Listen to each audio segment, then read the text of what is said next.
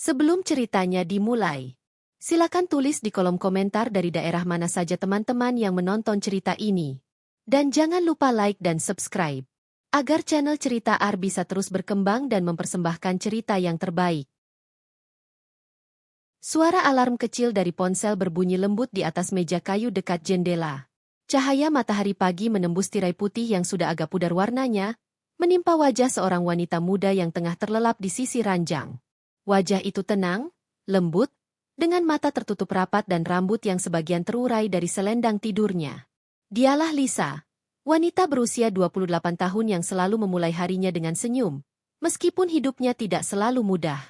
Ia perlahan membuka mata, memejamkan kembali, lalu menatap jam di ponselnya. Pukul 6, gumamnya pelan sambil menarik napas panjang. Hari baru dimulai, dan seperti biasa, rutinitasnya akan dimulai dari dapur kecil di sudut apartemen mereka yang mungil namun bersih. Lisa turun dari ranjang dengan hati-hati agar tak membangunkan suaminya, Harry, yang masih terlelap di sisi lain tempat tidur. Lelaki itu tidur dengan posisi miring. Wajahnya lelah namun damai. Lisa memandanginya sebentar dengan senyum tipis. "Capek kerja, ya?" ucapnya lirih sambil membetulkan selimut Harry. Ada kasih sayang tulus dalam setiap gerakan tangannya. Kebiasaan yang ia lakukan sejak menikah 3 tahun lalu. Di dapur, aroma wangi bawang putih dan nasi hangat mulai memenuhi udara. Lisa memasak dengan cepat namun rapi. Sepiring nasi goreng sederhana, telur mata sapi, dan secangkir kopi hitam adalah sarapan yang biasa ia siapkan setiap pagi untuk Harry. Meski penghasilannya sebagai desainer freelance belum besar, ia bertekad untuk selalu memberikan yang terbaik. Beberapa menit kemudian, langkah kaki berat terdengar dari arah kamar. "Harry, kamu udah bangun?"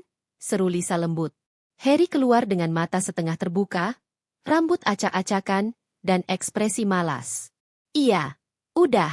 Kamu bangun pagi banget, Liz. Padahal aku baru tidur jam 2. Lisa tersenyum, menatapnya penuh pengertian. "Iya, aku tahu. Kamu pulang telat banget semalam, kerjaan di kantor lagi banyak, ya?" Harry hanya mengangguk sambil duduk di kursi ruang makan kecil mereka. Ia menatap meja makan yang penuh dengan peralatan makan sederhana. Piring kaca, sendok logam yang sudah mulai tergores, dan taplak motif bunga yang sedikit pudar. Lisa duduk di depannya, menyajikan makanan. "Makan, ya. Nanti kamu telat lagi kayak kemarin." Harry memandang Lisa sekilas, lalu menatap piringnya. "Kamu nggak bosan ya? Tiap hari nasi goreng?" katanya setengah bercanda tapi terdengar dingin. Lisa menahan senyum kecil. "Hehe, maaf ya. Bulan ini agak hemat dulu. Aku belum dapat bayaran dari klien desain interior itu. Nanti kalau udah cair, aku masakin ayam rica kesukaan kamu." Harry mendesah pelan. Iya. Suasana sarapan itu sepi sejenak. Hanya suara sendok dan garpu beradu dengan piring. Lisa sesekali menatap Harry dengan mata lembut. Sementara Harry tampak sibuk dengan pikirannya sendiri. Setelah sarapan, Harry mengenakan kemeja putih rapi dan celana bahan hitam. Wajahnya berubah lebih tenang, dan seulas senyum tipis muncul di bibirnya. "Kamu jaga kesehatannya, Liz. Jangan terlalu lama di depan laptop." Lisa tersenyum, bahagia karena masih mendengar kata perhatian dari suaminya. "Iya, kamu juga hati-hati di jalan. Jangan lupa makan siang."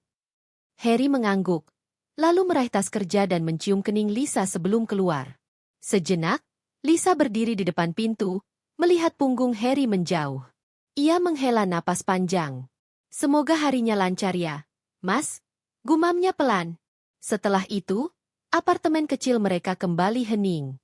Lisa duduk di depan meja kerja, membuka laptop, dan mulai menggambar desain untuk kliennya. Sebuah ruang tamu bergaya minimalis yang akan digunakan di proyek perumahan kecil di Tangerang. Sementara jari-jarinya menari di atas keyboard, pikirannya melayang pada impian-impian sederhana. Punya rumah kecil sendiri, hidup tenang bersama Harry, dan mungkin suatu hari punya anak. Lisa tahu kehidupannya jauh dari kemewahan. Tapi baginya kebahagiaan bukan tentang harta, melainkan ketulusan dan kebersamaan. Waktu berjalan cepat. Matahari bergeser, dan jarum jam menunjukkan pukul 12 siang. Lisa berhenti bekerja sejenak untuk makan siang sendirian. Ia menatap ponselnya, belum ada pesan dari Harry. Biasanya Harry akan mengirim chat singkat seperti, makan yang banyak, atau, aku sibuk meeting. Tapi hari ini sepi. Lisa menghela napas pelan. Mungkin dia beneran sibuk, katanya pada diri sendiri, mencoba berpikir positif. Sore menjelang, Lisa membereskan pekerjaan dan menatap keluar jendela. Dari lantai 5 apartemen mereka, ia bisa melihat langit oranye keemasan, pemandangan favoritnya setiap sore. Namun, ada rasa sepi yang sulit dijelaskan. Dulu Harry sering menemaninya minum teh sore sambil menatap langit yang sama. Sekarang, momen itu jarang sekali terjadi. Pukul 7 malam, pintu apartemen terbuka. Harry masuk dengan wajah letih. "Kamu baru pulang?" tanya Lisa yang tengah menyiapkan makan malam. "Iya, tadi lembur." Lisa menyajikan tumis kangkung dan ikan goreng. "Makan dulu, Mas. Aku udah siapin." Harry meletakkan tasnya dan duduk diam. "Liz, aku capek banget. Nggak usah makan, deh. Aku langsung tidur aja." Lisa menatapnya kecewa tapi tak berani memaksa. "Ya udah, istirahat ya, Mas." Harry berlalu ke kamar tanpa menoleh. Pintu kamar menutup perlahan. Lisa duduk sendirian di meja makan. Di depannya, 2 piring masih penuh. Ia menggenggam sendok, menatap nasi yang mulai dingin. Hatinya terasa kosong. Ia mencoba menenangkan diri. Mungkin dia cuma capek. Jangan berpikir yang aneh-aneh. Malam itu, Lisa mencuci piring sambil menahan air mata yang hampir jatuh. Ia tak tahu mengapa Harry terasa begitu jauh akhir-akhir ini. Padahal dulu, mereka seperti 2 orang yang tak bisa dipisahkan. Setelah semua pekerjaan rumah selesai, Lisa masuk kamar. Harry sudah tertidur dengan punggung menghadapnya. Lisa berbaring perlahan, memandangi punggung suaminya dalam diam. "Mas, aku cuma pengin kamu cerita kalau ada masalah." Bisiknya pelan, tapi tak ada jawaban. Lampu kamar padam. Hening. Tapi dalam hati Lisa, ada kekhawatiran yang mulai tumbuh pelan-pelan. Kekhawatiran tentang sesuatu yang belum ia pahami sepenuhnya. Keesokan harinya, kehidupan berjalan seperti biasa. Harry berangkat pagi, Lisa bekerja di rumah. Namun setiap kali ia menatap ponselnya, rasa sepi itu semakin kuat. Tidak ada lagi pesan kecil dari Harry, tidak ada panggilan sekadar bertanya kabar.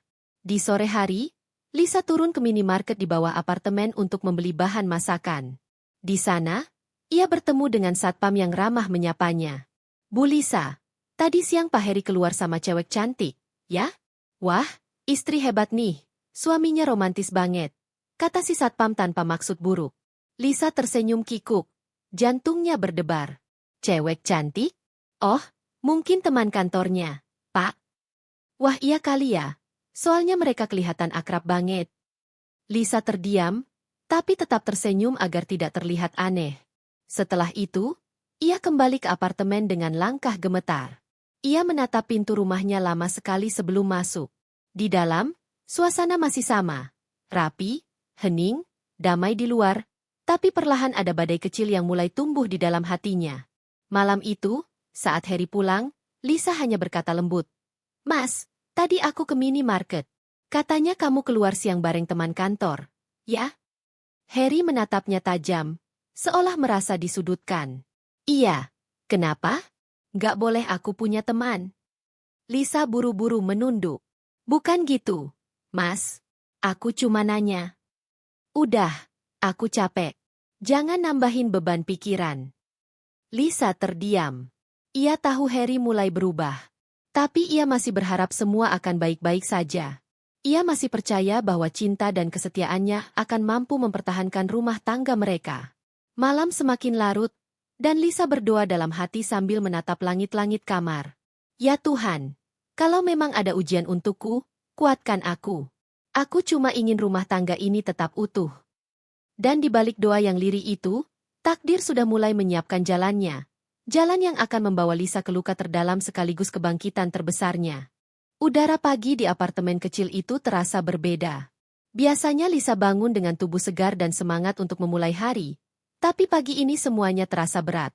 Kepalanya pusing, tubuhnya lemas, dan pandangannya sedikit berkunang. Ia berusaha berdiri dari tempat tidur, tapi langkahnya goyah. "Kenapa badan aku rasanya aneh banget, ya?" Gumamnya pelan sambil menahan sakit di bagian dadanya. Nafasnya terasa berat, seperti ada sesuatu yang menekan di dada. Ia berjalan perlahan ke dapur untuk mengambil air, tapi baru beberapa langkah, pandangannya gelap. Tubuhnya jatuh terkulai ke lantai dengan suara keras. Bro! Gelap. Ketika ia membuka mata lagi, cahaya putih dari lampu rumah sakit menyilaukan matanya. Aroma antiseptik menyengat.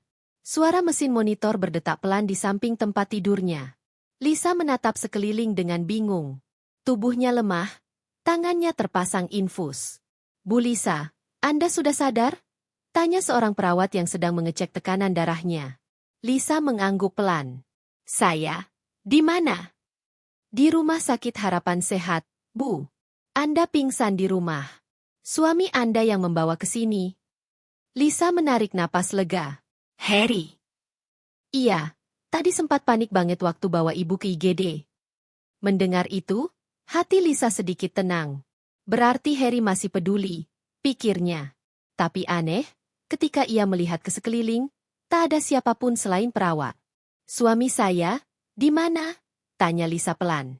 Oh, tadi dia bilang mau balik sebentar ke kantor. Soalnya ada rapat penting. Lisa hanya tersenyum kecil. Baiklah. Beberapa jam berlalu, tapi Harry tak kunjung datang. Lisa duduk di ranjang, menatap keluar jendela. Langit sore terlihat sendu, dan bayangan gedung tinggi tampak samar di balik kaca jendela ruang rawat. Ia mencoba menguatkan diri. Mungkin dia benar-benar sibuk. Aku jangan manja, pikirnya sambil mengusap lengan yang penuh jarum infus. Namun hari demi hari berlalu.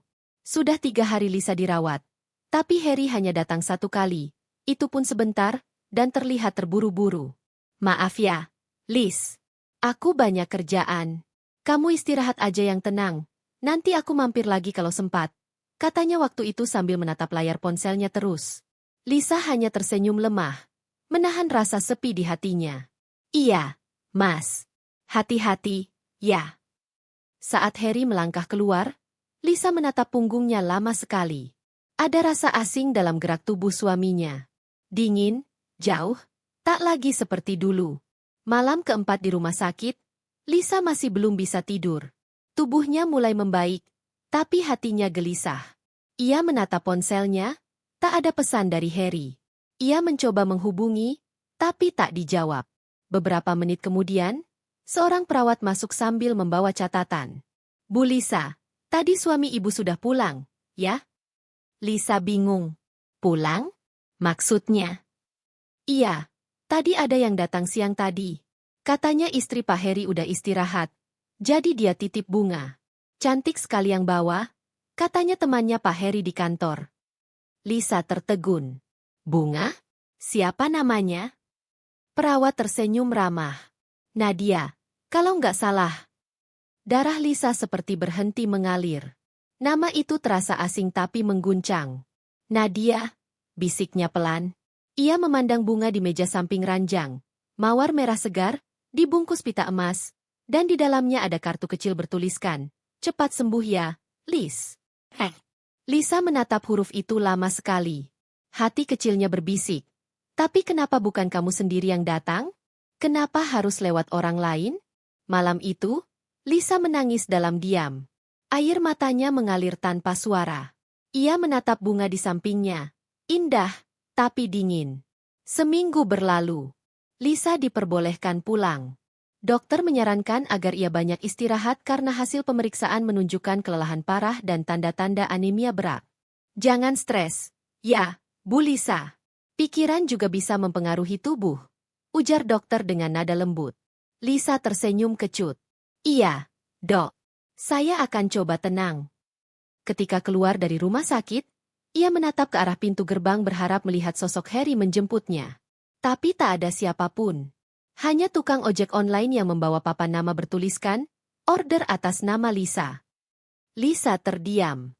Harry? Nggak datang.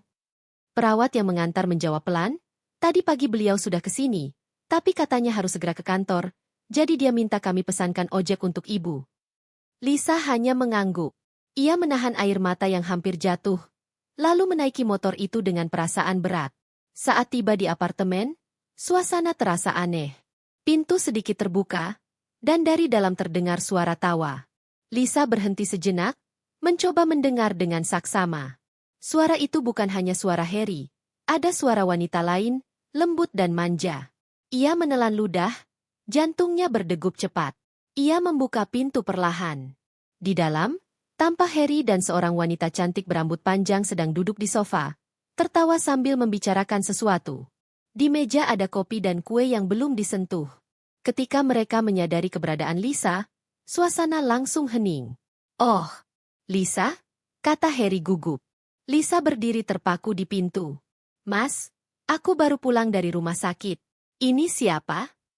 Wanita itu menatap Lisa dengan tatapan sinis, lalu berdiri perlahan. "Saya Nadia, teman lama Harry." Lisa menatap Harry, berharap ada penjelasan. "Tidak seperti yang kamu pikir, Liz," kata Harry terbata. "Dia cuma bantu aku beberapa hal." Lisa memaksakan senyum. "Bantu apa, Mas?" "Di rumah kita." Harry menghela napas panjang, lalu berkata ketus, "Kamu jangan berlebihan, Liz. Aku cuma ngobrol. Lagi pula kamu kan sakit, jangan stres." Lisa diam. Dadanya sesak, tapi ia menahan diri. "Aku cuma mau istirahat," ucapnya lirih lalu masuk ke kamar. Di dalam kamar, Lisa duduk di tepi ranjang. Tangannya gemetar. Ia mendengar samar suara tawa kecil dari ruang tamu, lalu suara pintu ditutup pelan. Nadia pergi. Setelah itu, Harry masuk kamar. "Liz, kamu jangan mikir yang enggak-enggak." Lisa menatapnya dengan mata berkaca. "Mas, aku cuma butuh kamu. Aku nggak minta apa-apa. Aku cuma pengin kamu ada di samping aku waktu aku sakit." Harry menunduk, lalu berkata dengan nada datar, "Aku capek, Liz. Aku juga punya hidup. Aku nggak bisa terus-terusan nemenin kamu yang selalu lemah." Kata-kata itu menancap di hati Lisa seperti pisau. Ia terdiam, tidak menangis, hanya menatap lantai dengan pandangan kosong. Malam itu, mereka tidur dalam keheningan yang mencekam. Tak ada lagi kata sayang, tak ada pelukan. Beberapa hari berikutnya, Lisa berusaha memperbaiki suasana. Ia memasak makanan kesukaan Harry, menyiapkan pakaian rapi, bahkan mencoba tampil lebih segar. Tapi Harry tetap dingin. Pulang larut malam, jarang bicara, dan sering sibuk dengan ponselnya. Suatu malam, ketika Harry mandi, Lisa tak sengaja melihat ponsel Harry di atas meja. Notifikasi pesan masuk dari Nadia tanda ciuman. Isi pesannya membuat jantung Lisa hampir berhenti. "Mas, aku rindu. Besok kita masih ketemu di kafe yang biasa, kan?" Tangan Lisa gemetar. Ia membaca pesan itu berulang-ulang, berharap ada kesalahan. Tapi tidak. Semua jelas. Harry keluar dari kamar mandi dan melihat Lisa memegang ponselnya. "Apa yang kamu lakukan?" bentaknya. Lisa menatapnya dengan mata berkaca. "Jadi benar, Mas? Kamu sama dia?" "Ya ampun, Liz. Kamu tuh kenapa sih? Nggak capek curiga terus? Kamu itu terlalu sensitif." "Aku cuma pengin tahu kebenarannya." "Udah. Aku bosen sama sikap kamu. Hidup sama kamu cuma bikin aku tertekan." Lisa terdiam. Air matanya jatuh perlahan. Jadi itu jawabannya. Harry tak menjawab. Ia hanya mengambil ponsel dan keluar dari kamar, meninggalkan Lisa yang hancur di lantai. Malam itu, Lisa menangis sampai suaranya habis. Dalam hati kecilnya, ia tahu, rumah tangganya sedang berada di ambang kehancuran. Tapi ia masih berharap ada keajaiban. Ia masih mencintai Harry, meski seluruh tubuhnya sudah rapuh karena rasa sakit yang terus ia pendam. Dan tanpa ia sadari, itu baru permulaan dari badai besar yang akan mengguncang hidupnya. Pagi itu udara terasa lebih dingin dari biasanya. Nia bangun lebih awal dari Ari, seperti rutinitas hariannya selama ini. Ia menyiapkan sarapan sederhana, nasi goreng dengan telur mata sapi dan segelas teh hangat. Di dapur mungil itu, aroma bawang dan kecap manis memenuhi ruangan, menciptakan suasana hangat yang selalu membuat Ari betah. Namun pagi itu, senyum Nia tak selebar biasanya. Ada sesuatu yang mengganjal di hatinya sejak semalam.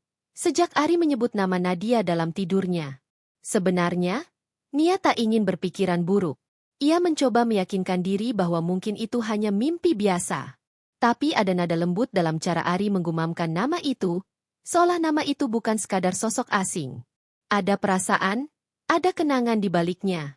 Nia menatap wajah suaminya yang masih terlelap di ranjang. Ari tampak tenang, napasnya teratur, ekspresi wajahnya damai. Tapi entah mengapa, bayangan kata, Nadia, terus bergema di telinga Nia, menyesakkan dadanya. Siapa dia, Mas? Bisiknya pelan, tanpa suara. Ia memejamkan mata sejenak, berusaha menepis pikiran buruk. Ia tak ingin curiga, apalagi menuduh tanpa bukti. Tapi perasaan seorang istri jarang salah. Ada intuisi halus yang seringkali lebih tajam dari logika. Ketika Ari akhirnya bangun, Nia sudah berpura-pura sibuk di dapur. Pagi, sayang, sapa Ari dengan senyum kecil. Pagi, Mas. Makan? Ya. Udah Nia siapin? Wah, harum banget. Nasi goreng andalan istri tercantik. Ujar Ari sambil mencium kepala Nia sekilas. Sekilas, semua tampak normal. Tapi di balik senyum Nia, ada tatapan yang sedikit hampa. Ia memperhatikan Ari dengan diam-diam, cara pria itu memegang ponsel, ekspresinya saat membaca pesan, atau ketika tiba-tiba tersenyum sendiri tanpa alasan. Beberapa hari berlalu, namun bayangan nama, Nadia, masih menghantui pikiran Nia. Ia mulai memperhatikan lebih banyak hal yang sebelumnya ia anggap sepele. Ari sering pulang sedikit lebih malam dari biasanya. Kadang ia beralasan lembur, kadang rapat mendadak. Dulu Nia percaya begitu saja.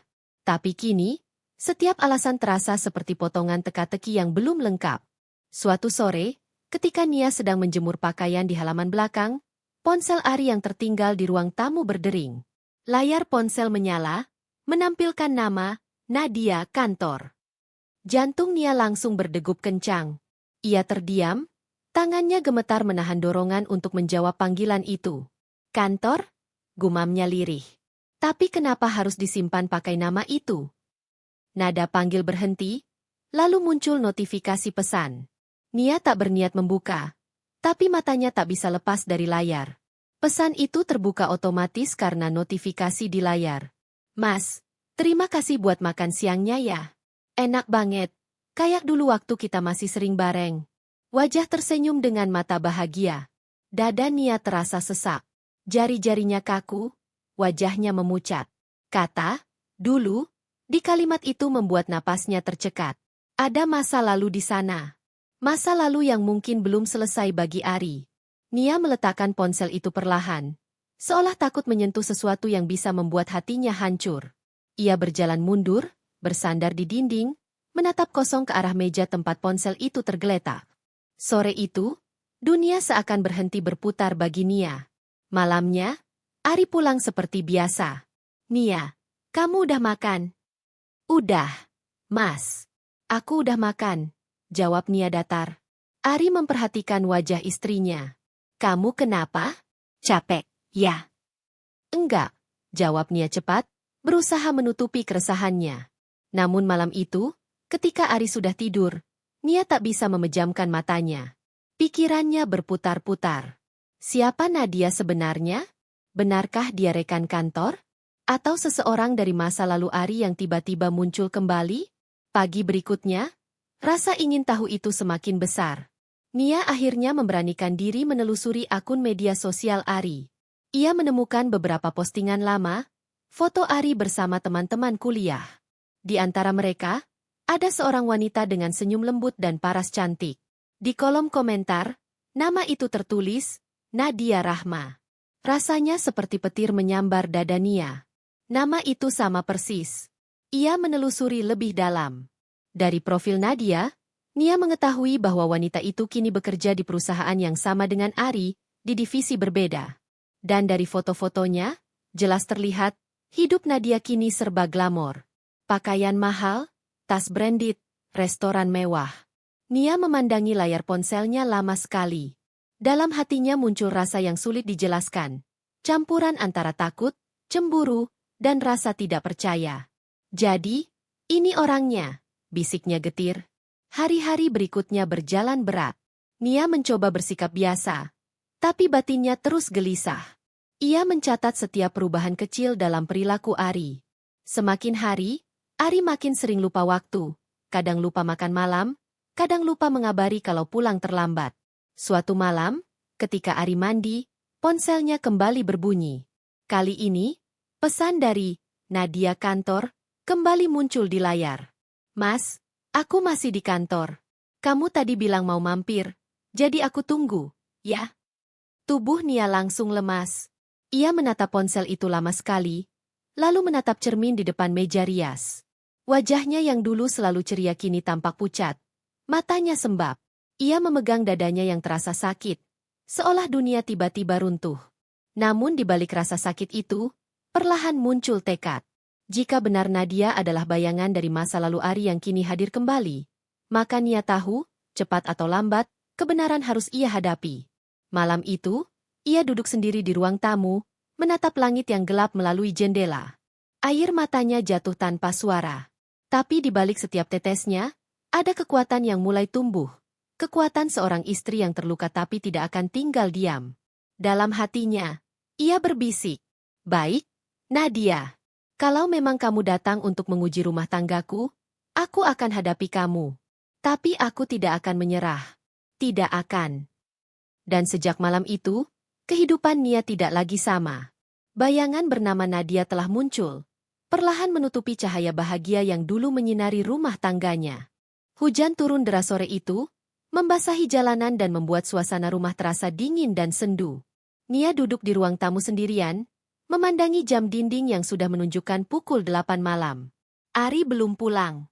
Biasanya, meskipun lembur, Ari akan memberi kabar. Tapi kali ini tidak. Ponselnya tak bisa dihubungi, pesan Nia tak dibalas.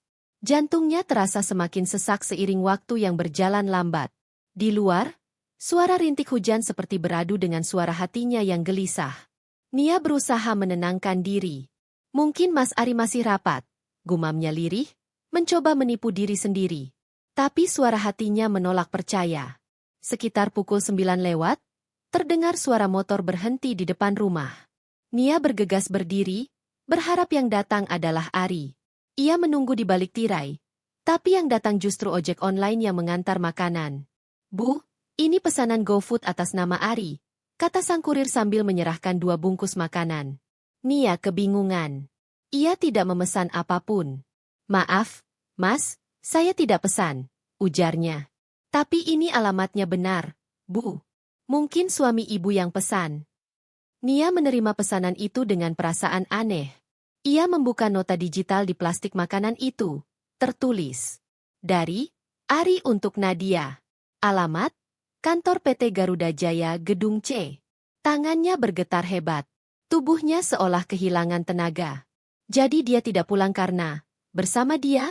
Bisiknya, nyaris tak terdengar. Hatinya seperti dihantam batu besar. Ia tidak tahu harus marah, menangis, atau tertawa pahit. Nia berjalan pelan ke ruang makan, menatap kursi tempat Ari biasanya duduk sambil tersenyum saat makan malam. Kini kursi itu kosong, sunyi, dingin. Beberapa jam kemudian, pintu rumah akhirnya terbuka. Ari masuk tergesa-gesa, wajahnya basah oleh hujan. "Maaf ya, sayang, aku lembur. Tadi sinyal susah banget." Nada suaranya tenang, seolah tak ada yang terjadi. Nia menatapnya lama tanpa bicara. Ia ingin menanyakan semuanya, tapi lidahnya keluh. Akhirnya ia hanya berkata pelan, "Kamu capek, Mas? Makan dulu, aku udah masakin."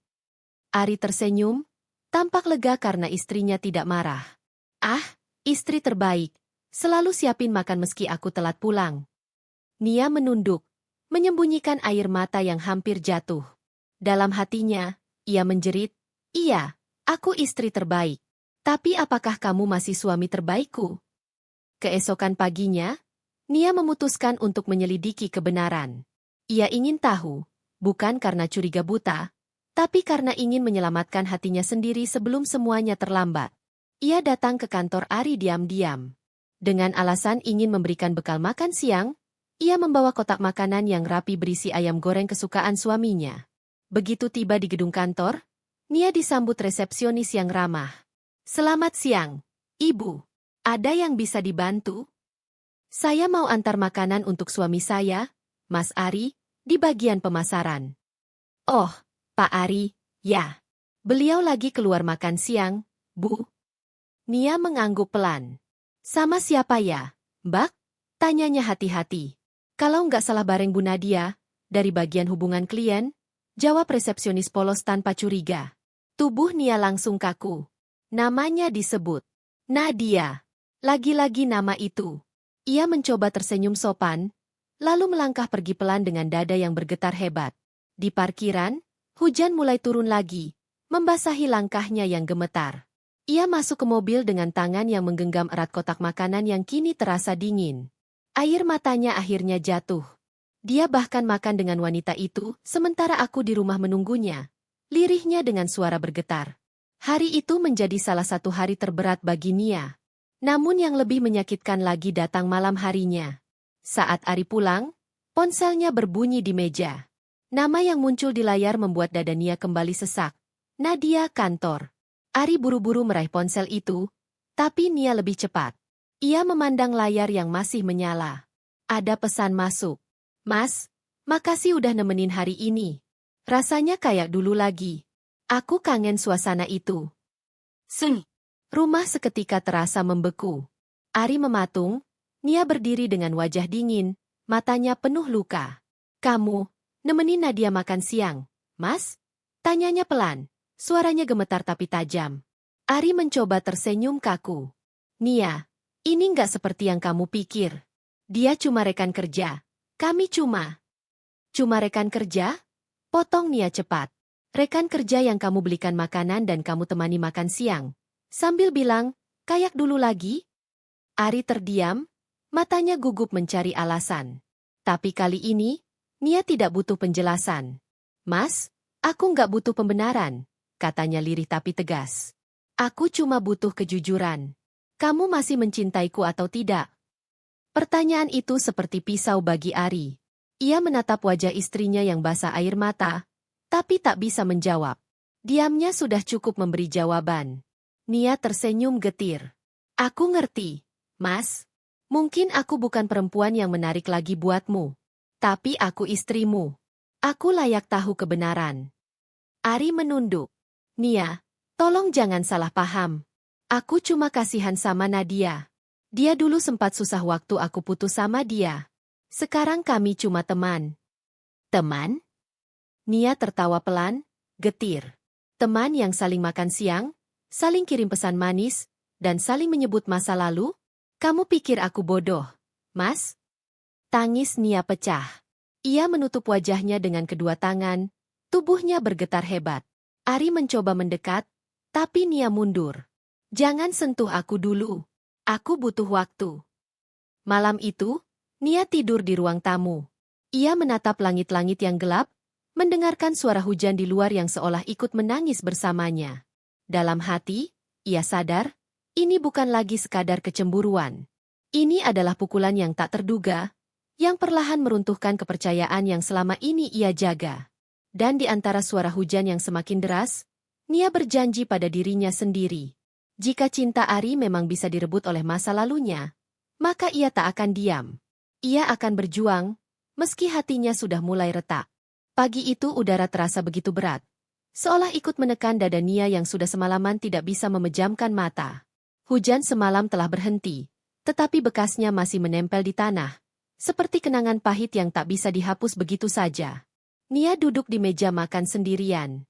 Meja itu kini terasa terlalu besar, terlalu sepi. Biasanya ada suara tawa Ari yang riang, cerita tentang pekerjaannya, atau sekadar gurauan kecil yang membuat pagi terasa hidup. Tapi hari ini, semua itu hilang. Yang tersisa hanya keheningan dan aroma kopi dingin yang belum sempat diminum. Ia memandangi secangkir kopi itu lama, seolah mencari jawaban di dalam gelap pekatnya. Kenapa harus begini? Bisiknya lirih. Langkah kaki terdengar dari arah kamar. Ari keluar, rapi dengan kemeja biru muda yang selalu jadi favoritnya. Wajahnya tampak segar, berbeda jauh dengan wajah Nia yang pucat dan sembab. Pagi, katanya datar. Nia hanya menatap sebentar, lalu kembali menunduk. Pagi. Tak ada lagi sapaan hangat, tak ada senyum. Hanya dua orang yang dulu saling mencintai, kini duduk di satu rumah tapi terasa seperti dua dunia yang berbeda. Ari menarik kursi dan duduk. Ia mencoba membuka pembicaraan. Aku berangkat agak siang, ada meeting jam 10. Kamu nggak kerja hari ini? Nia menatapnya datar. Aku izin dulu, masih belum enak badan. Ari mengangguk singkat. Ya sudah, istirahatlah. Jangan dipikirin yang semalam. Kalimat itu membuat dada Nia sesak. Jangan dipikirin? Seolah luka yang baru saja ditorehkan bisa sembuh hanya dengan kalimat itu. Ia menahan air matanya agar tidak jatuh di depan Ari. Aku nggak apa-apa, Mas. Cuma butuh waktu. Ari berdiri, meraih tas kerjanya. Aku pamit dulu. Nia mengangguk pelan. Saat pintu tertutup, ia baru membiarkan air matanya mengalir. Ia menggenggam dada kirinya yang terasa nyeri. Sejak beberapa minggu terakhir, tubuhnya memang semakin lemah. Kadang pusing, kadang sesak napas. Tapi ia selalu menyembunyikannya dari Ari karena tak ingin merepotkan. Tapi kini, luka di hatinya jauh lebih menyakitkan daripada penyakit apapun. Hari itu, Nia memutuskan pergi ke rumah sakit untuk kontrol. Dokter yang menanganinya, Dokter Wina, sudah menjadi temannya sejak dulu. Bagaimana, Dok? Hasilnya gimana? Tanya Nia dengan nada gugup.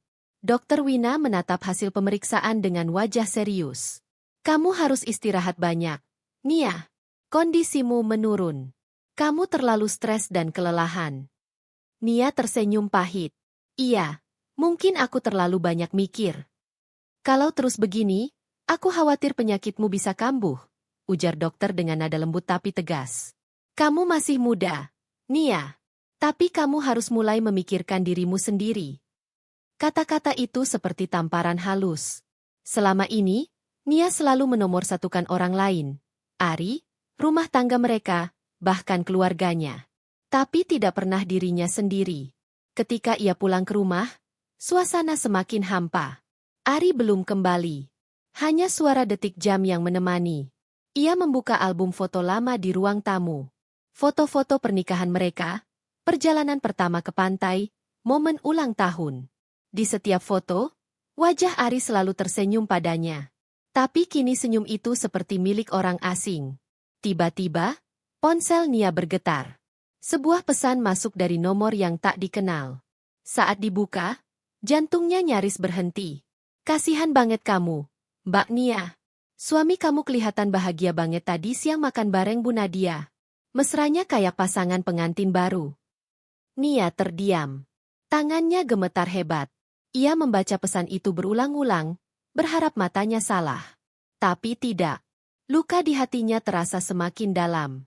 Luka yang tak terlihat oleh siapapun, tapi terus berdarah di dalam dirinya. Ia menatap keluar jendela. Di kejauhan, awan gelap mulai menggantung. Angin sore bertiup pelan, membawa aroma hujan yang baru akan turun. Nia berdiri pelan, lalu berjalan ke dapur. Ia meraih gelas, menuang air putih, dan mencoba menenangkan diri. Tapi air matanya kembali jatuh. Ia menunduk di meja dapur, tubuhnya gemetar. Kenapa, Mas? Apa salahku sampai kamu tega begini? Katanya lirih. Pikiran-pikiran buruk mulai menghantuinya. Ia merasa dirinya tidak cukup baik, tidak cukup cantik, tidak cukup sehat. Dalam hatinya, Nia mulai percaya bahwa mungkin memang dia yang tidak layak dicintai. Malamnya, Ari pulang dengan wajah lelah. Nia tidak berkata apapun. Ia hanya diam, memasak makan malam seperti biasa, menyiapkan piring, menata meja. Tapi di dalam diamnya, ia menyimpan badai besar yang tak bisa dilihat mata. Mas, aku cuma mau tanya satu hal, kata Nia pelan sambil duduk di meja makan. Ari menatapnya, sedikit heran. Apa? Kamu masih mau berjuang buat rumah tangga kita? Atau kamu sudah lelah? Pertanyaan itu membuat ruangan hening. Ari terdiam lama, lalu menghela napas. Nia, jangan bawa-bawa drama. Aku cuma capek kerja, bukan capek sama kamu. Tapi kenapa kamu berubah? Suara Nia gemetar. Kamu bahkan gak pernah lihat aku seperti dulu lagi. Ari bangkit berdiri, nadanya mulai naik. Nia, aku gak berubah. Kamu aja yang terlalu sensitif. Semua hal kecil kamu pikirin. Kalimat itu menusuk. Nia menatapnya lama, matanya merah. Aku sensitif karena aku sakit, Mas. Aku takut kehilangan kamu. Tapi kamu malah membuat aku merasa sendirian di rumah ini. Ari membuang napas kasar dan pergi ke kamar, meninggalkan Nia yang kini duduk membisu di meja makan dengan mata kosong. Di malam yang sunyi itu, Nia akhirnya mengakui pada dirinya sendiri. Ia sedang terluka parah. Tapi lukanya tak terlihat, tak berdarah. Hanya terasa dalam dada, menusuk setiap napasnya. Dan yang paling menyakitkan dari semua itu adalah, orang yang paling ia cintai, kini juga menjadi orang yang paling membuatnya menderita. Namun jauh di lubuk hatinya, di balik air mata dan rasa sakit, Nia mulai menanam sesuatu yang baru, sebuah tekad kecil, rapuh tapi nyata. Jika dunia ingin menghancurkannya, ia akan berdiri lagi. Karena di dalam setiap luka yang tak terlihat, ada kekuatan yang sedang tumbuh. Kekuatan untuk bertahan, bahkan ketika cinta sudah mulai memudar. Hari-hari berikutnya terasa seperti berjalan dalam kabut tebal bagi Nia. Tubuhnya makin lemah, namun ia menolak menyerah. Setiap pagi, ia masih berusaha menyiapkan sarapan, membersihkan rumah, dan mengantar berkas kerja ke kantor meski langkahnya terasa berat. Ia menatap wajahnya di cermin, pucat, mata sayu, tapi masih ada sisa cahaya tekad di sana. Selama aku masih bisa berdiri, aku nggak akan kalah, bisiknya pada diri sendiri. Setiap pagi, Ari berangkat dengan wajah dingin. Tak ada lagi pelukan atau ciuman di dahi seperti dulu. Kadang ia hanya berkata, "Aku berangkat," tanpa menoleh. Dan setiap kali pintu rumah tertutup di belakangnya, Nia menarik napas panjang. Ia tahu, cinta di antara mereka mungkin sedang sekarat. Tapi ia juga tahu, hidupnya tidak boleh ikut mati hanya karena hati seseorang berubah. Hari itu, Nia duduk di teras rumah sambil memandangi bunga melati yang ia tanam sejak awal pernikahan. Dulu Ari yang menemaninya menanamnya. Sekarang, hanya dia sendiri yang merawatnya. Bunga itu kini mekar indah, seolah tidak peduli pada badai apapun di sekitarnya. Mungkin aku harus seperti melati ini, gumamnya pelan, tersenyum getir. Meski sendirian, tetap mekar dengan caraku sendiri. Beberapa hari kemudian, Nia kembali ke rumah sakit untuk kontrol. Dokter Wina menatapnya prihatin. "Kamu harus benar-benar istirahat, Nia. Kondisimu mulai membaik, tapi kalau terus stres, bisa kambuh lagi." Nia mengangguk. "Aku akan coba, Dok." Saat hendak pulang, ia duduk sejenak di taman rumah sakit. Di sana ia melihat seorang ibu muda duduk di kursi roda ditemani anak kecilnya. Anak itu menyuapi ibunya dengan sabar sambil tersenyum. Nia tertegun. Ada sesuatu yang hangat menyentuh hatinya. Ia menyadari, di dunia ini masih banyak orang yang berjuang lebih berat darinya, tapi tetap bisa tersenyum. Hari itu, untuk pertama kalinya setelah sekian lama, Nia merasa sedikit lega. Ia tidak mau lagi mengasihani dirinya sendiri. Ia ingin bangkit. Beberapa minggu kemudian, Nia mulai membuat perubahan kecil dalam hidupnya. Ia kembali ke pekerjaannya di toko butik milik sahabat lamanya, Rina. "Nia, aku senang banget kamu balik kerja lagi," sambut Rina hangat. Nia tersenyum lembut. "Aku juga kangen kerja, Rin. Aku butuh sibuk biar nggak terus mikirin hal-hal yang bikin sedih." Hari-hari di butik membuat Nia sedikit demi sedikit menemukan dirinya kembali. Ia pandai berinteraksi dengan pelanggan, sabar, dan selalu berpenampilan rapi meski sederhana. Banyak pelanggan yang senang dengan sikapnya yang lembut dan sopan. Suatu hari, seorang wanita parubaya datang ke butik dan tertarik dengan pelayanan Nia. "Kamu sabar banget, Nak," kata wanita itu. "Aku suka caramu melayani. Kamu kerja di sini udah lama?" Nia tersenyum ramah. "Belum terlalu lama, Bu. Tapi saya senang bisa kerja di sini." Wanita itu mengangguk. "Kalau kamu butuh kesempatan lebih baik, aku punya perusahaan tekstil yang sedang cari orang untuk bagian desain dan pemasaran. Aku suka gaya kamu yang sopan tapi punya selera. Hubungi aku kapan-kapan, ya?" Wanita itu memberikan kartu nama. Nia membacanya, Ratna Pradipta, Direktur Utama PT Ratna Tekstile. Ia tertegun. Itu bukan nama asing. Perusahaan itu termasuk besar di Jakarta. Setelah wanita itu pergi, Rina menatapnya takjub. Nia, itu kesempatan besar banget. Nia menatap kartu itu lama. Aku nggak tahu, Rin. Aku masih takut melangkah terlalu jauh. Jangan takut, kata Rina lembut. Kamu punya kemampuan. Nih, kamu cuma terlalu sering menyembunyikannya di balik kesederhanaanmu. Kata-kata itu membekas di hati Nia. Ia sadar, selama ini ia memang terlalu kecil hati. Ia selalu menganggap dirinya hanya istri Ari, tanpa menyadari bahwa ia sebenarnya punya nilai dan kekuatan sendiri. Malamnya, Nia pulang dengan langkah ringan. Tapi begitu membuka pintu rumah, dunia seolah kembali runtuh. Ari sedang duduk di ruang tamu, bersama Nadia. Wajah Nia seketika kaku.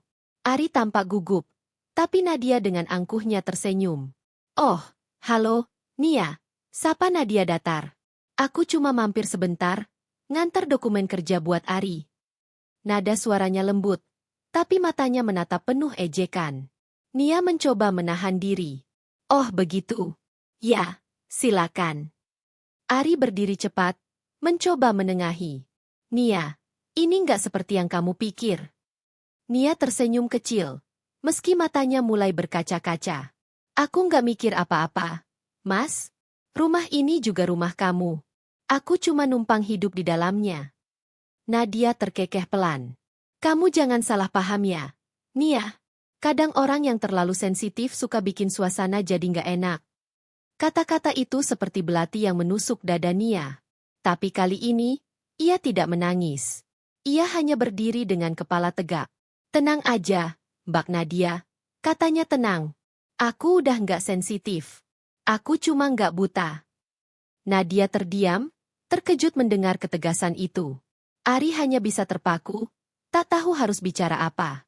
Setelah Nadia pergi, Ari mencoba menjelaskan, tapi Nia sudah tidak ingin mendengar. Mas, aku capek, katanya pelan. Aku nggak akan maksa kamu memilih. Tapi aku juga nggak akan diam terus disakiti. Aku mau mulai mikirin diriku sendiri sekarang. Ari menatapnya bingung. Maksudmu? Aku mau fokus kerja. Mau hidup mandiri. Kalau nanti Mas sadar siapa yang tulus sama Mas, waktu yang akan jawab. Ari tidak menjawab. Tapi dalam hatinya, mulai ada rasa takut yang aneh. Takut kehilangan sesuatu yang selama ini ia anggap akan selalu ada. Beberapa hari kemudian, Nia mulai bekerja di perusahaan tekstil milik Ibu Ratna. Ia diterima karena sikapnya yang sopan dan ide-ide desainnya yang sederhana tapi elegan. Dalam waktu singkat, banyak karyawan lain yang kagum padanya. Sore itu, setelah rapat kecil, Ibu Ratna memanggilnya. Nia, aku suka cara kerjamu. Kamu punya visi yang kuat, tapi rendah hati. Aku pengin kamu bantu aku di proyek besar bulan depan. Aku percaya kamu bisa. Nia menunduk haru. Terima kasih, Bu. Saya akan berusaha sebaik mungkin. Dalam perjalanan pulang, Nia tersenyum di balik kaca mobil. Untuk pertama kalinya setelah sekian lama, ia merasakan kebanggaan atas dirinya sendiri. Ia sadar, di balik kesederhanaannya selama ini, tersimpan kekuatan besar, ketulusan, kesabaran, dan kemampuan untuk bangkit. Kekuatan itu mungkin tak terlihat, tapi nyata. Dan kelak, kekuatan itu pula yang akan membuat semua orang yang meremehkannya terkejut dan menyesal. Nia menatap langit senja yang mulai berwarna jingga. Terima kasih, Tuhan. Bisiknya. Kali ini, aku ingin hidup bukan untuk membuat orang lain bahagia, tapi untuk mencintai diriku sendiri. Hari-hari setelah Lisa keluar dari apartemen itu terasa seperti mimpi buruk yang akhirnya mulai mereda.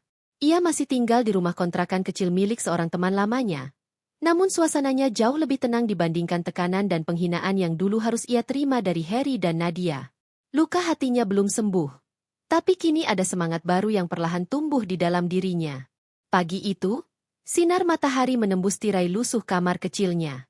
Lisa menatap keluar jendela dengan tatapan yang lebih hidup daripada sebelumnya. Ia mulai kembali bekerja secara freelance dari rumah, mengelola desain interior sederhana untuk proyek-proyek kecil. Sejak dulu Lisa memang punya bakat di bidang desain dan arsitektur, hanya saja dulu Harry tidak pernah benar-benar mendukung. Kini, tanpa tekanan, Lisa bisa berkarya dengan bebas. Ia menerima banyak pesanan melalui media sosial, Bahkan ada klien luar negeri yang tertarik dengan hasil karyanya. Perlahan tapi pasti, rekeningnya mulai terisi. Namun bukan hanya soal uang, melainkan juga tentang harga diri dan ketenangan batin. Setiap kali Lisa menatap hasil kerja kerasnya, ia merasa bangga karena semua itu ia dapatkan bukan karena belas kasihan siapapun, melainkan karena dirinya sendiri. Di sisi lain, kehidupan Harry dan Nadia tak seindah yang mereka bayangkan. Setelah berhasil mengusir Lisa dari apartemen, Harry berpikir kehidupannya akan menjadi lebih bahagia bersama Nadia. Ia menandatangani beberapa kerjasama proyek besar atas saran dari keluarga Nadia, yang katanya bisa menguntungkan dan mempercepat karirnya. Namun kenyataan tak seindah janji. Beberapa minggu setelahnya, proyek itu bermasalah. Uang investasi yang Harry masukkan lenyap, dan rekan bisnisnya menghilang tanpa jejak. Lebih parahnya lagi, Harry terseret kasus penipuan karena namanya tercantum di beberapa dokumen transaksi. Sejak saat itu, karirnya di kantor mulai terguncang. Bosnya mulai tak percaya, rekan-rekannya menjauh, dan Nadia yang dulunya selalu tampil elegan mulai kehilangan kesabaran. "Mas, kenapa semua ini bisa terjadi?" tanya Nadia dengan nada kesal suatu malam. Mereka duduk di ruang tamu apartemen itu, yang dulu penuh kenangan Lisa. Kini suasananya dingin dan kaku. "Aku juga nggak tahu, Nat. Aku udah coba cari orang itu, tapi semua kontaknya nggak bisa dihubungi," jawab Harry frustrasi sambil memukul meja. "Mas ini terlalu percaya sama orang. Sekarang apa? Tabungan kita habis buat proyek bodong, cicilan apartemen ini juga belum lunas. Aku nggak mau hidup susah, Mas." Harry menatap Nadia, wanita yang dulu membuatnya buta akan cinta sejati. Kini nada bicaranya kasar, wajahnya penuh amarah, dan tak ada lagi kelembutan seperti dulu. Malam itu mereka bertengkar hebat, dan untuk pertama kalinya Harry menyadari, Nadia bukanlah pasangan hidup yang bisa dia andalkan. Sementara itu, Lisa menerima telepon dari sebuah perusahaan desain interior ternama. Hasil karyanya yang ia unggah di media sosial menarik perhatian seorang manajer yang sedang mencari desainer kreatif untuk proyek baru mereka di Jakarta Selatan. "Bu Lisa, kami tertarik dengan gaya desain ibu yang sederhana tapi elegan. Kami ingin menawarkan kerjasama dengan sistem bagi hasil. Bagaimana?" Suara di seberang telepon itu terdengar profesional. Lisa sempat terdiam, hatinya berdebar. "Ini kesempatan besar. Terima kasih banyak, Pak. Saya akan datang ke kantor Bapak besok pagi," jawabnya dengan suara mantap. Malam itu Lisa menatap cermin kecil di depan meja riasnya. Wajahnya masih terlihat pucat karena kondisi tubuh yang belum sepenuhnya pulih, tapi di balik mata itu tersimpan semangat yang dulu nyaris padam. Ia berbisik pada dirinya sendiri. "Lihat, Liz, dunia mulai berubah. Sekarang waktunya kamu bangkit." Keesokan harinya, Lisa datang ke kantor besar itu dengan pakaian sederhana tapi rapi. Ia membawa map berisi portofolionya dan laptop kecil yang sudah menemaninya sejak dulu. Saat memasuki ruangan kaca luas itu, semua orang tampak sibuk, profesional, dan penuh energi. Tapi siapa sangka, di tengah kesibukan itu, sang manajer langsung menyapanya dengan hangat. "Selamat datang, Bu Lisa. Kami sudah melihat hasil desain Anda. Luar biasa. Saya yakin Ibu bisa membawa warna baru di proyek ini." Lisa tersenyum sopan. Namun di dalam hatinya ia berterima kasih kepada Tuhan. Jalan hidupnya memang berputar. Tapi kini arah roda itu mulai naik kembali. Beberapa hari kemudian, Lisa resmi bekerja sama dengan perusahaan itu. Proyek pertamanya adalah merenovasi sebuah unit apartemen mewah. Ironisnya, apartemen itu berada di kompleks yang sama dengan tempat tinggal Harry dan Nadia. Ketika Lisa datang untuk melakukan survei lokasi, langkahnya sempat terhenti di depan lobi. Kenangan pahit seketika menyeruak, membuat dadanya sesak. Tapi kali ini, ia tak ingin mundur. Ia menatap ke arah lift dengan pandangan mantap. "Aku datang bukan untuk menangis lagi," gumamnya pelan. "Aku datang untuk menunjukkan siapa aku sebenarnya." Sementara itu, Harry dan Nadia semakin tenggelam dalam masalah. Tagihan datang bertubi-tubi, cicilan menumpuk, dan pekerjaan Harry terancam karena reputasinya rusak. Bahkan, ada gosip bahwa perusahaan akan memutus kontrak kerja dengannya. Suatu malam, saat Harry duduk lesu di balkon, Nadia mendekat dengan wajah masam. "Mas, aku capek hidup kayak gini. Aku nyesel udah ninggalin semuanya buat kamu. Katanya sinis. Harry menatapnya kosong. Maksudmu apa, Nat? Aku mau pergi. Aku nggak mau terjebak sama orang gagal. Jawabnya dingin sebelum masuk ke kamar dan mengemasi barang-barangnya. Harry terdiam, seolah petir menyambar dadanya. Dalam sekejap, semua yang dulu ia banggakan, wanita barunya, apartemen mewah, jabatan bergengsi, lenyap satu persatu. Dan di tempat lain, Lisa duduk di ruang kerjanya yang baru. Di depan layar komputernya terpampang hasil desain apartemen modern minimalis yang segera akan dipresentasikan ke klien besar. Tapi kali ini, bukan hanya desain yang ia bangun, melainkan kehidupannya sendiri. Dunia benar-benar mulai berbalik. Dulu ia diusir tanpa belas kasihan. Kini, tanpa harus membalas dengan kebencian, nasib yang menuntut keadilan mulai bekerja dengan sendirinya. Lisa menatap keluar jendela, menghirup udara sore dengan lega. Terima kasih, Tuhan, bisiknya lirih. Aku nggak perlu membalas mereka. Karena ternyata, waktu sudah melakukannya untukku. Namun, Lisa belum tahu, kejutan yang lebih besar sedang menantinya. Sebuah pertemuan tak terduga akan mempertemukannya kembali dengan masa lalu yang dulu menghancurkan, tapi kini datang dengan wajah yang sangat berbeda. Dan disitulah segalanya benar-benar mulai berbalik arah. Harry duduk di ruang tamu apartemen yang kini terasa dingin dan kosong. Lampu redup, debu mulai menumpuk di sudut-sudut ruangan, dan aroma lembab dari dinding yang jarang dibersihkan semakin mempertegas betapa jauh hidupnya telah berubah. Di hadapannya, tumpukan surat tagihan menumpuk tanpa henti. Listrik, air, cicilan apartemen, hingga surat peringatan dari pihak bank. Ia menatap kosong ke arah meja, mengingat hari ketika ia dengan bangga mengusir Lisa sambil berkata, "Apartemen ini milik kami, bukan tempat untuk wanita penyakitan." Kalimat itu kini menghantui pikirannya setiap kali ia hendak tidur.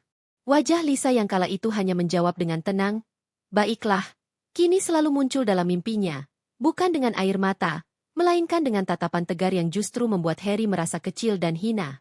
Sudah hampir sebulan Nadia meninggalkannya. Wanita yang dulu tampak sempurna itu pergi bersama seorang pria kaya yang ia kenal dari lingkungannya. Harry baru sadar bahwa cinta Nadia tidak pernah benar-benar ada. Yang ia cintai hanyalah kenyamanan dan kemewahan. Saat uang habis, kasih sayang pun ikut menguap.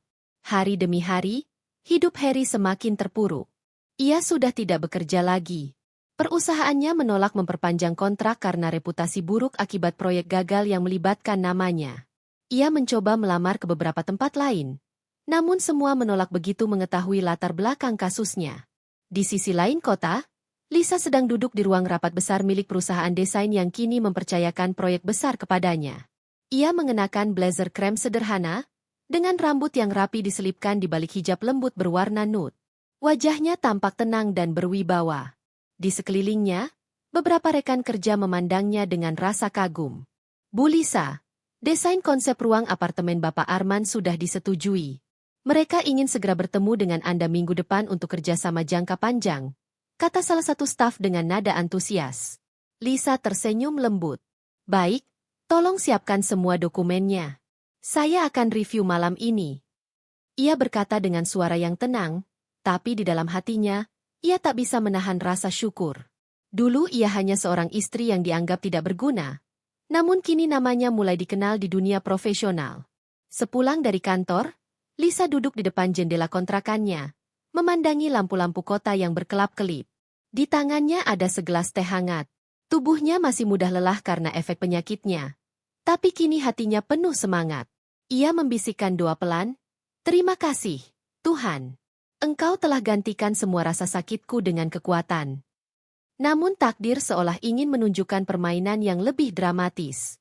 Keesokan harinya, Lisa menerima pesan dari sekretaris perusahaannya. "Bu Lisa, ada calon klien baru yang ingin bekerja sama dengan perusahaan kita. Mereka ingin merenovasi apartemen di komplek Grand Harmony Tower. Nama kliennya, Harry Pratama." Lisa terdiam lama. Jantungnya berdegup kencang. Nama itu, nama yang pernah membuat hidupnya porak-poranda, kini kembali muncul. Tapi kali ini dalam posisi yang berbeda. Ia menghela napas panjang, menenangkan diri. "Baik," balasnya singkat. Dalam hatinya ia tahu, mungkin inilah waktu yang sudah lama ditunggu, bukan untuk balas dendam, tapi untuk menutup bab lama yang belum selesai. Beberapa hari kemudian, Lisa datang ke apartemen itu dengan timnya. Begitu pintu dibuka, pandangan pertamanya langsung disambut oleh suasana kusam yang jauh berbeda dari dulu. Cat dinding mulai pudar, perabotan banyak yang rusak, dan di tengah ruangan berdiri Harry dengan wajah lelah dan tubuh kurus. Lisa berhenti di depan pintu, matanya menatap lurus tanpa emosi berlebihan. Harry terpaku, seolah tak percaya dengan apa yang dilihatnya. Lisa? Suaranya parau, hampir tak terdengar. Lisa hanya mengangguk sopan. Selamat siang, Pak Harry. Saya datang untuk survei lokasi renovasi. Mohon izin masuk. Nada bicaranya tenang dan profesional, tanpa sedikit pun getaran emosi. Harry menunduk, rasa malu menjalar di seluruh tubuhnya. Ia ingin mengatakan banyak hal, tapi lidahnya keluh. Ia hanya bisa menatap Lisa berjalan mengelilingi ruangan, memeriksa setiap sudut dengan tatapan serius. Setelah beberapa menit, Lisa menutup mapnya. Saya sudah dapat semua datanya. Nanti tim kami akan kirimkan konsep desain dan estimasi biaya.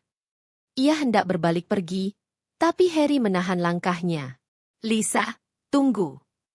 Lisa berhenti, tapi tak langsung menatapnya. Aku minta maaf, ucap Harry lirih. Aku bodoh. Aku hancurkan orang yang paling tulus sama aku. Sekarang aku nggak punya apa-apa. Nadia ninggalin aku, pekerjaanku hilang, semua yang aku banggakan musnah. Aku baru sadar, kamu satu-satunya yang benar-benar sayang sama aku. Lisa memejamkan mata sejenak, menarik napas panjang. Ia berbalik perlahan, menatap Harry dengan sorot mata teduh tapi penuh luka yang telah sembuh. Harry, katanya lembut, dulu aku menangis karena kehilanganmu. Tapi sekarang aku sadar, aku nggak kehilangan apa-apa. Justru aku menemukan diriku yang sesungguhnya. Air mata menetes di pipi Harry. Kamu benci aku? Lisa menggeleng pelan. Tidak, aku tidak benci. Aku sudah memaafkan kamu sejak lama. Tapi maaf tidak selalu berarti aku akan kembali. Kalimat itu menancap tajam di hati Harry. Ia tahu, penyesalannya datang terlalu terlambat. Lisa tersenyum tipis, lalu melangkah pergi meninggalkan apartemen itu, tempat yang dulu menjadi simbol penghinaan, kini menjadi saksi pembalikan nasib. Begitu pintu tertutup, Harry jatuh berlutut di lantai. Tangisnya pecah tanpa bisa ditahan. Semua ingatan saat ia mengusir Lisa muncul berulang di kepalanya, seperti hukuman yang tak berujung. Sementara di luar, Lisa berjalan menuju mobilnya dengan langkah tenang. Angin sore berhembus lembut, membawa aroma kebebasan yang sudah lama ia nantikan. Ia menatap ke langit, lalu tersenyum kecil. Hidup selalu berputar, bisiknya. Dan kadang, penyesalan memang datang saat segalanya sudah terlambat. Namun kisahnya belum usai. Masih ada sesuatu yang lebih besar menantinya, sesuatu yang akan membuat semua orang benar-benar sadar, bahwa wanita yang dulu mereka rendahkan kini berdiri di puncak keberhasilan yang tak bisa mereka raih lagi. Sore itu langit Jakarta berwarna kelabu, pertanda hujan akan turun kapan saja. Di balik kaca besar kantor desain tempat Lisa bekerja, suasana terasa hening. Hanya terdengar bunyi rintik hujan yang mulai jatuh perlahan di luar jendela. Lisa duduk di kursinya, menatap layar laptop yang menampilkan rancangan akhir proyek apartemen yang sedang dikerjakan, apartemen milik Harry. Tangannya bergerak pelan, mengetik beberapa catatan revisi. Tapi pikirannya melayang jauh ke masa lalu, ke hari ketika Harry menatapnya dengan tatapan dingin dan mengusirnya tanpa belas kasihan. Ia bisa mengingat setiap detail. Luka di hatinya, tubuhnya yang masih lemah sepulang dari rumah sakit, dan suara Harry yang menggema di telinganya. Pergi kamu, wanita penyakitan. Namun kini semuanya berbalik. Dunia seolah menunjukkan keadilannya sendiri. Harry, pria yang dulu berdiri sombong di atas segala kenyamanan, kini justru berada di bawah kendali nasib yang ia buat sendiri. Lisa menghela napas panjang. Ia tidak merasa bangga atas penderitaan Harry, tapi ia tahu setiap perbuatan memang ada konsekuensinya. Beberapa hari kemudian, Lisa menerima kabar dari pihak bank. Apartemen Harry akan segera disita karena menunggak cicilan selama berbulan-bulan. Ia menatap surat itu lama, kemudian menutupnya perlahan. Ada perasaan iba yang muncul di hatinya, tapi juga ketegasan.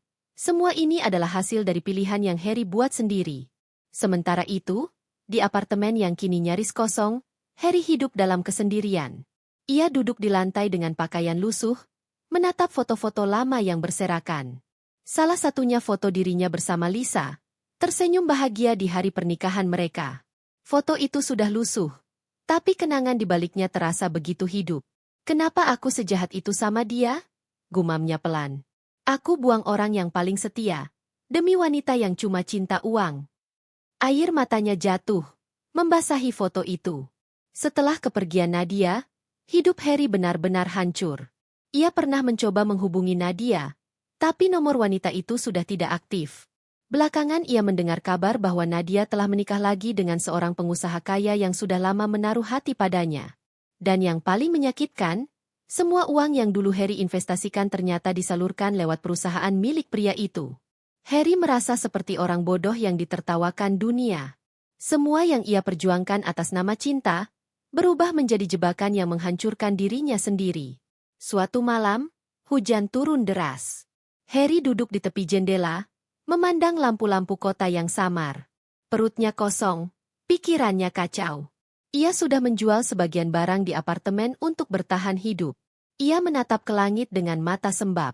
"Tuhan, apakah ini hukuman karena aku menyakiti Lisa?" katanya lirih. "Kalau iya, aku menerimanya.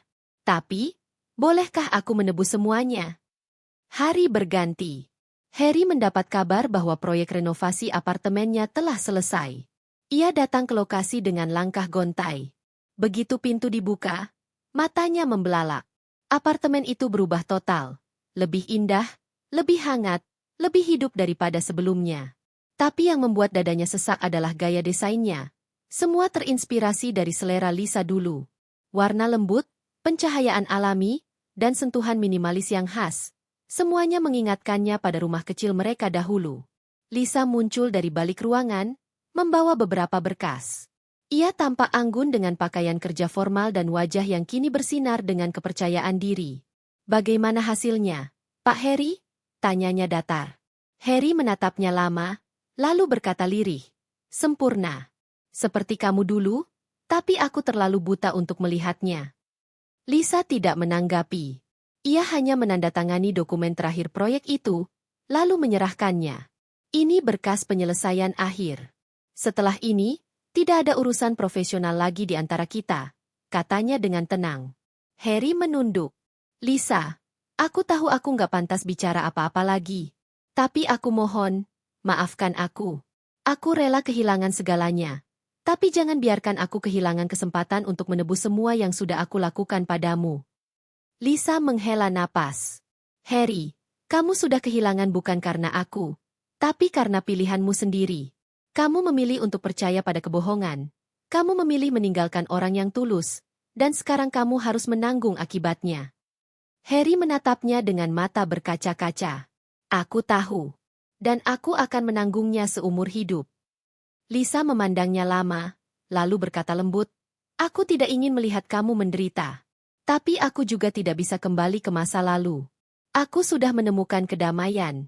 Harry, aku harap kamu juga bisa." Setelah berkata demikian, Lisa melangkah pergi. Setiap langkahnya meninggalkan gema yang memecah keheningan ruangan itu. Gema yang bagi Harry terasa seperti bunyi palu yang mengetuk pintu hatinya, mengingatkan bahwa penyesalan memang memiliki harga. Harry jatuh berlutut di lantai, menatap sekeliling apartemen yang kini indah tapi terasa kosong. Dulu ia berpikir kekayaan bisa membeli kebahagiaan. Ia meninggalkan cinta yang tulus demi gengsi dan kemewahan. Namun kini, yang tersisa hanyalah kehampaan dan rasa bersalah yang tak tertebus. Malam itu, hujan kembali turun. Harry berjalan keluar dari apartemen, membawa satu koper kecil dan foto pernikahannya dengan Lisa. Ia tidak tahu kemana harus pergi, tapi ia tahu satu hal, semua kesalahan pasti punya harga. Dan harga dari sebuah pengkhianatan, ternyata adalah kehilangan segalanya. Di sisi lain kota, Lisa tengah duduk di ruang kerjanya, menatap foto kecil dirinya sendiri di masa lalu yang terselip di meja. Ia tersenyum tipis. Hidup memang tak selalu adil, tapi waktu selalu tahu cara menyeimbangkan segalanya, bisiknya pelan. Kini, roda kehidupan benar-benar berputar. Dan untuk Harry, itu bukan sekadar pelajaran. melainkan penghakiman yang nyata dari kesalahan yang pernah ia tanam sendiri. Pagi itu, udara terasa begitu segar. Langit biru membentang luas di atas kota Jakarta, seolah menjadi pertanda bahwa sesuatu yang baru sedang dimulai. Di tengah hiruk-pikuk kota, seorang wanita berparas lembut dengan langkah penuh percaya diri memasuki gedung tinggi berarsitektur modern. Wanita itu adalah Lisa. Kini bukan lagi sosok istri yang diusir dengan hinaan, melainkan seorang desainer profesional yang mulai dikenal karena karyanya yang memukau dan elegan. Hari ini, perusahaan tempat Lisa bekerja baru saja menandatangani kontrak besar dengan investor asing untuk proyek perumahan mewah berskala nasional. Proyek itu bukan hanya mengangkat nama perusahaan, tapi juga menempatkan Lisa sebagai salah satu tokoh penting di balik kesuksesan tersebut. Bahkan, pemilik perusahaan mulai menaruh kepercayaan penuh padanya. Selamat, Bu Lisa. Konsep desain Anda benar-benar menarik perhatian para investor, ujar sekretarisnya sambil tersenyum. Lisa membalas dengan senyum hangat. Terima kasih. Ini kerja tim, bukan hasil saya sendiri. Namun, di dalam hatinya, Lisa tahu, perjalanan ini adalah buah dari kesabaran panjang dan luka yang pernah ia tanggung. Ia tak pernah menduga, dari titik paling rendah dalam hidupnya, Tuhan justru membawanya naik setinggi ini. Sore itu, setelah rapat besar selesai, Lisa memutuskan pergi ke sebuah kafe kecil di sudut kota, tempat yang dulu sering ia datangi bersama Harry ketika masih menjadi sepasang suami istri yang saling mencintai. Ia duduk di meja pojok dekat jendela, menatap langit senja yang mulai berwarna oranye. Ada rasa hening yang menenangkan. Ia menyesap kopi hangat perlahan, membiarkan pikirannya melayang. Namun tiba-tiba, suara seseorang dari arah pintu membuatnya menoleh. Lisa. Suara itu sangat familiar. Lisa terdiam. Dan benar saja, di depan pintu, berdiri Harry, dengan pakaian sederhana dan wajah lelah. Rambutnya sedikit berantakan, tubuhnya lebih kurus, dan sorot matanya tampak menua. Tapi di balik itu semua, ada ketulusan dan penyesalan yang begitu nyata. Lisa menatapnya tanpa berkata apa-apa. Ia tak menyangka akan bertemu dengannya di tempat ini. Harry tersenyum canggung. Aku, gak sengaja lewat. Aku sering kesini akhir-akhir ini. Cuma, gak nyangka kamu juga masih suka tempat ini. Lisa mengangguk pelan. Aku kesini cuma ingin tenang. Banyak hal yang aku pikirkan belakangan ini. Suasana menjadi canggung. Mereka terdiam cukup lama. Hanya suara sendok dan gelas yang terdengar di antara keduanya. Akhirnya, Harry memecah keheningan.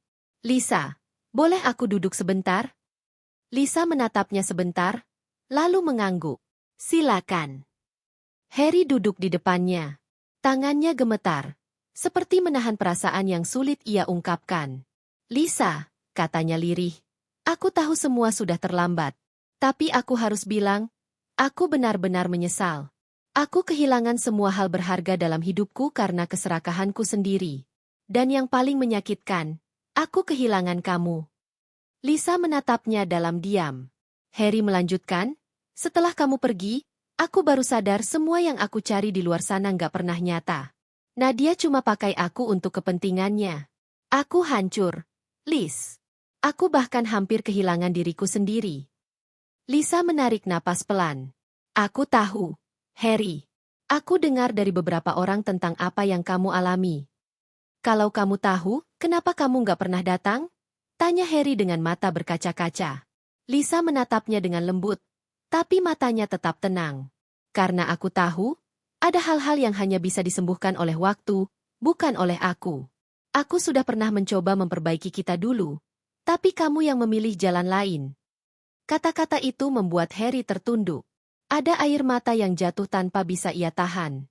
Aku nggak minta kamu kembali, katanya lirih. Aku cuma ingin kamu tahu.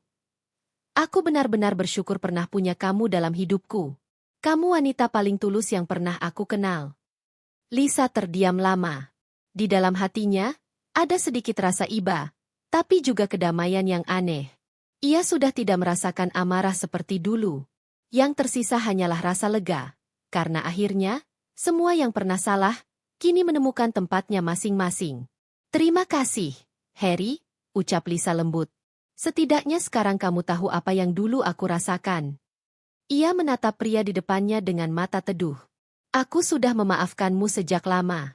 Tapi maafku bukan untuk membuatmu kembali, melainkan agar aku bisa melangkah maju tanpa membawa beban lagi.